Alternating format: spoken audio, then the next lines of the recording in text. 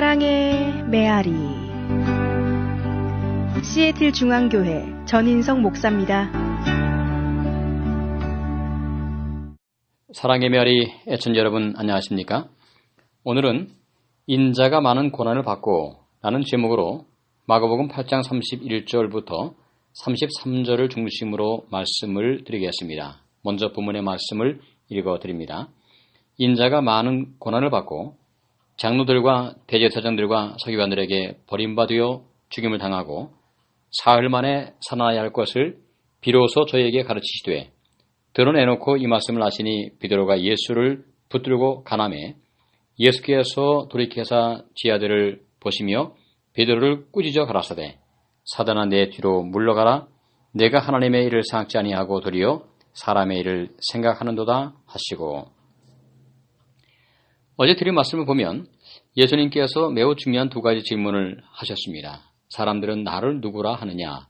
너희는 그러면 나를 누구라 하느냐? 베드로의 신앙 고백을 기쁘게 받으셨습니다.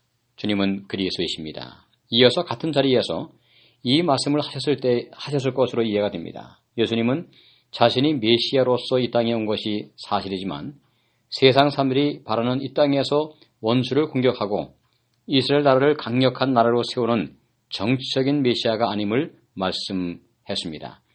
예수님은 그러한 육적인 나라를 위해서 오신 것이 아니지요. 인류를 구원하기 위해서 이 땅에 오셨습니다. 그분은 살기 위하여 오신 것이 아닙니다. 죽기 위하여 오셨습니다. 영광을 받기 위하여 오신 것이 아닙니다. 고난을 받기 위하여 오셨습니다. 인자가 고난을 받고 라는 말씀을 주목해 보시기 바랍니다. 그리고 당대 종교 지도자들인 장로들과 대제사장들과 서기관들에게 버림받아서 죽임을 당할 것임을 말씀하고 있습니다. 이 말을 듣고 있던 제자들은 충격을 받았습니다. 한 번도 이런 생각을 해본 적이 없었지요. 그들은 예수님이 정권을 잡으시고 왕이 되시면 다 한 자리씩 할당을 받을 꿈을 꾸었을 것입니다. 그런데 예수님은 전혀 예상치 못한 말씀을 하고 계신 것입니다. 고난을 받고 버림을 받고 그리고 죽임을 당할 것이라니요. 병든 자를 고치시고 오병이어로 5,000명을 먹이시며 성난 바다를 잔잔케 하시는 권능의 예수님이 그렇게 힘없게 죽임을 당하시다니요. 그들에게 십자가의 죽음은 상상할 수 없는 말이었습니다. 그렇습니다. 예수님은 우리가 당할 고난과 우리가 당할 버림받음과 우리가 당할 죽음을 대신하여 우리의 모든 죄를 용서하기 위하여 이 땅에 오신 분입니다. 그리고 사흘 만에 다시 부활하심으로 죽은 자 가운데서 첫 열매가 되심으로 우리를 구원할 수 있는 분임을 입증하실 것입니다. 베드로와 함께 제자들은 이 부활에 대한 이야기를 들었지만 이해하지 못했을까요? 아니면 죽음에 대한 말씀에 너무 충격을 받아서 부활에 대한 말씀이 귀에 들어오지 않았는지도 모릅니다. 그들은 들음에서 실패했습니다. 베드로가 예수님을 붙잡고 그러한 일을 가당하지 않은 일이라고 말을 했습니다. 도저히 그 말은 상상할 수 없으며 있을 수도 없는 일이라고 말을 했겠죠. 이때 예수님은 베드로를 꾸짖고 계십니다. 그러면서 충격적인 말씀을 하십니다.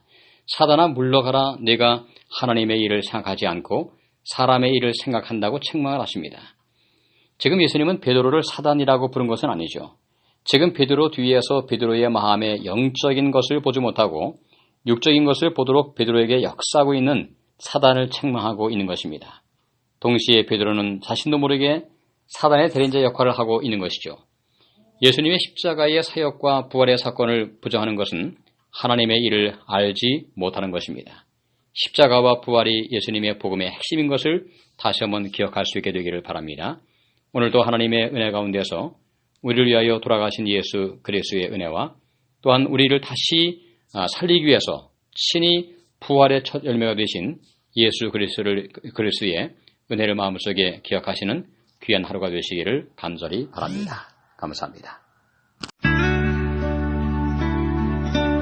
지금까지 시애틀 중앙교회 전인성 목사의 말씀을 들으셨습니다. 오늘 말씀에 대한 문의나 신앙 상담이 필요하신 분들은 253-736-4211로 해주시기 바랍니다. 사랑의 메아리를 마칩니다.